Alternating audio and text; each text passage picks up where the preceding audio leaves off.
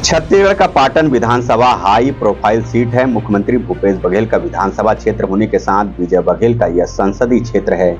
भाजपा ने विजय बघेल को प्रत्याशी बना दिया। वहीं भूपेश बघेल और विजय बघेल आमने सामने होंगे, टक्कर कड़ी होगी। लोगों की सोच और राय को लेकर यह देखें खास रिपोर्ट। छत्तीसगढ़ में इस वर्ष विधानसभा चुनाव होने को, ऐसे में हम बात करेंगे दुर्ग जिले के सबसे हाई प्रोफाइल विधानसभा सीट पाटन की। इस सीट पर कांग्रेस और बीजेपी के बीच कांटे की टक्कर देखने को मिल सकती है। पाटन विधानसभा सीट दुर्ग लोकसभा क्षेत्र में आती है और लोकसभा क्षेत्र से वर्तमान सांसद भाजपा के विजय बघेल हैं। इस सीट पर मौजूदा समय में छत्तीसगढ़ के सीएम भूपेश बघेल विधायक हैं और इस चुनाव में दोनों आमने सामने होंगे। सीएम भूपेश बघेल ने 2018 के विधानसभा चुनाव में अपने निकटतम प्रत्याशी भाजपा के मोतीलाल साहू को बड़े अंतर से हराया था। ताज़ा आंकड़ों के अनुसार पाटन में मतदाताओं की संख्या 2,10,840 है, जिसमें 1,04,995 पुरुष एवं 1,05,837 महिलाएं हैं। पाटन विधानसभा के इतिहास की बात करें तो इस सीट पर 2003 से लेकर 2018 तक 3 बार कांग्रेस तथा 1 बार भाजपा के प्रत्याशी ने जीत दर्ज की है। हर बार कांग्रेस की ओर से भूपेश बघेल को ही प्रत्याशी चुना गया था। इसके बाद लगातार 2 बार के चुनाव में भूपेश बघेल ही जीते। मुख्यमंत्री का विधानसभा क्षेत्र होने के कारण जहां शिक्षा, स्वास्थ्य, कृषि, सड़क, पानी, बिजली एवं भवन सहित बड़े पैमाने पर विकास कार्य हुए हैं। इसको लेकर जनपद उपाध्यक्ष देवेंद्र चंद्रवंशी एवं मंडल अध्यक्ष खेमलाल साहू ने क्या कहा, आप जरूर सुने।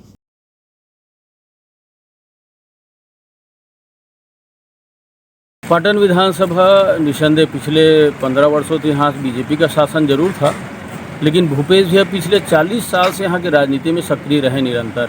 यहाँ की जनता की ज़रूरतें, आवश्यकताएं, यहाँ के भौगोलिक क्षेत्र, ज़रूरत, सारी चीज़ों से अच्छी तरह से वाकिफ़ है। यहीं बेलौदी में रहे, बढ़े, पढ़े लिखे, खेती किसानी किए, यहीं से हैं, तो यहाँ की ज़रूरतें उनको सर्वप्रथम अच्छे से मालूम थे। जो खुद की खेती किसानी किए थे, तो उन्होंने जैसे ही अपना भूपेश बघेल जी ने और हमारी सरकार ने उनके नेतृत्व जैसे ही उन्होंने कार्यभार संभाला, किसानों के लिए, मजदूरों के लिए जितनी उनकी मूलभूत आवश्यकताएं थी उसको पूरा करने के लिए किया, और जितनी उन्होंने घोषणाएं की थी लगभग उन सभी घोषणाओं को उन्होंने पूरा करने का काम किया है। कुछ ऐसी चीज़ें जो बाकी रह गई हैं जो करना चाहेंगे? चीज़ें तो बहुत सी बाकी रहती हैं, लेकिन आप बताएंगे तो आप खुद ढूंढ नहीं पाएंगे कि पाटन क्षेत्र आते हैं या कहीं तो क्या चीज़ें बाकी हैं। यहाँ चाहे सड़क का व्यवस्था देखें, शिक्षा का देखें, स्वास्थ्य का देखें, बिजली, पानी, लगभग जो मूलभूत आवश्यकताएं जो मजदूर को, किसान को, गांव में, शहर में रहने वालों को चाहिए, वो लगभग पूरी हो रही हैं। और निरंतर निसंदेह आवश्यकताएं तो और सुविधाएं निरंतर बढ़ती रहती हैं।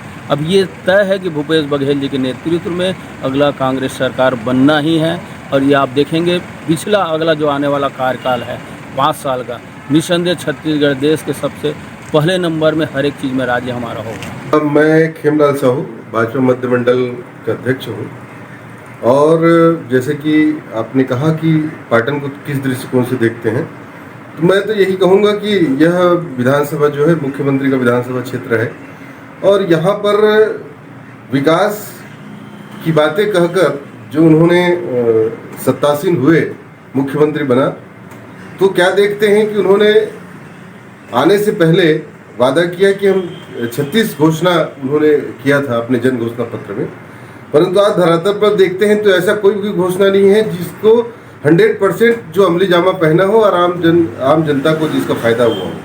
देख लीजिए आप, इन्होंने शराबबंदी की बात किया, आज बोलता है कि पूछकर, हम जनता से पूछकर, समाज से पूछकर शराबबंदी करेंगे। तो क्या इन्होंने कहा था घोषणा पत्र में कि समाज को पूछकर हम शराबबंदी करेंगे? उल्टा बजाय घर घर दारू पहुंचाने का काम जिस सरकार ने किया है, 2000 करोड़ का घोटाला जो है, ये बात सामने आ रही है। इसी प्रकार से देख लीजिए, वृद्धा पेंशन की बातें हुई थी, वृद्धाओं का उन विश्वास के साथ खेला इन्होंने। किसी वृद्धा को पेंशन मिला क्या? उन्होंने बढ़ाया क्या? नरवा गरवा गुरवा बारी की बात की है। आज गौ माता जो है वो आपको सड़क में नजर आएंगे, उनकी वजह से कई एक्सीडेंट हो रहे हैं, जानवरों की भी मृत्यु हो रही है, इंसानों की भी मृत्यु हो रही है। आप बेरोजगारों को भत्ता की बात देख लीजिए, तो उसमें भी ऐसा आज पूरे 4.5 साल बीतने के बाद बोलता है कि हम बेरोजगारी भत्ता देंगे। तो क्या वो पूरे 5 साल का बेरोजगारी भत्ता एक साथ दे रहे हैं? ऐसे अन्य विषय हैं जिन पर देखा जाए तो विकास के नाम पर खाली लीपापोती हो रहा है। भ्रष्टाचार चरम सीमा पे बढ़ गया है, आप खुद ही देख सकते हैं। और इस प्रकार से हम कह सकते हैं कि जो खाद जो विक्रय दे रहा है, जिसको अनिवार्य रूप से लेना है, ऐसा किसानों को मजबूर किया जा रहा है। गोबर खाद से जो बना है, वर्मी खाद जिनको इन लोग बोलते हैं, उसकी क्वालिटी और इनकी क्वालिटी में कितना अंतर है आप खुद जाके पता कर सकते हैं, देख सकते हैं। किसान परेशान है, उसको जबरदस्ती पकड़ाया जा रहा है, वो नहीं चाहते फिर भी उनको दिया जा रहा है। आगामी चुनाव को किस रूप में देखते हैं भारतीय जनता निश्चित रूप पार्टी से जिस प्रकार से कांग्रेस की गवर्नमेंट अभी छत्तीसगढ़ में और वरन पाटन विधानसभा में जिस प्रकार से काम कर रही है, जनता देख रही है, जनता इसका जवाब देगी। आने वाला समय भारतीय जनता पार्टी का सरकार छत्तीसगढ़ में बनेगा और निश्चित रूप से हम पाटन विधानसभा निश्चित रूप से जीतेंगे, भारतीय जनता पार्टी जीतेगी। विकास कार्य को लेकर यहाँ के किसानों और आमजनों ने जहाँ इनकी सराहना की, वहीं यहाँ मौजूद गिट्टी खदानों की रॉयल्टी के नियमों का पालन नहीं होने पर नाराजगी भी जताई है ग्रामीणों ने। कि जो हीरे को परखे उसे जौहरी कहते हैं, जो किसान मजदूर गरीबों के पीड़ा को समझे उसे मसीहा कहते हैं। विधानसभा पाटन क्षेत्र में चहुमुखी विकास की धाराएं बह रही हैं। रोड, स्वास्थ्य, शिक्षा और सामुदायिक भवन अन्य वर्गों के भी लगातार जो है बनते जा रहे हैं। और इन सब से परे हट के मैं बात कहना चाहता हूँ चुनकट्टा और मूलपार वासियों के गांव का, जो कि बेचारे बड़े ब्लास्टिंग से त्रस्त हैं। जब भी ब्लास्टिंग होता है तो ऐसा लगता है कि भूकंप आ गया है, और वो भूकंप ऐसा जापान में तो महीने में 1-2 बार आता है। यहाँ के निवासियों को, गांव वासियों को ये झटके रोज़ाना ही बर्दाश्त करने पड़ते हैं।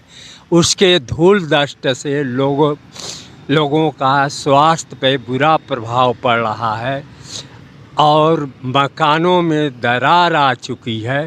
तो इसलिए माननीय संवेदनशील मुख्यमंत्री जी से आग्रह है कि इस जितनी भी खदानें हैं सबको अत्यंत अन्य जगहों पे शिफ्ट किया जाए, जहाँ पे जनसंख्या न हो, गांव न हो। इस सीट पर 46% मतदाता पिछड़ा वर्ग के होने के कारण प्रत्याशी के भाग्य का फैसला वही करते हैं।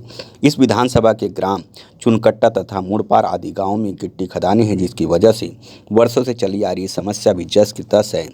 गिट्टी खदान होने के कारण उनमें हैवी ब्लास्ट होना, हैवी ब्लास्टिंग के कारण गांव के मकानों में दरार पड़ जाती है। इस समस्या का निराकरण न होने के कारण भी यहाँ के लोगों में नाराजगी व्याप्त है।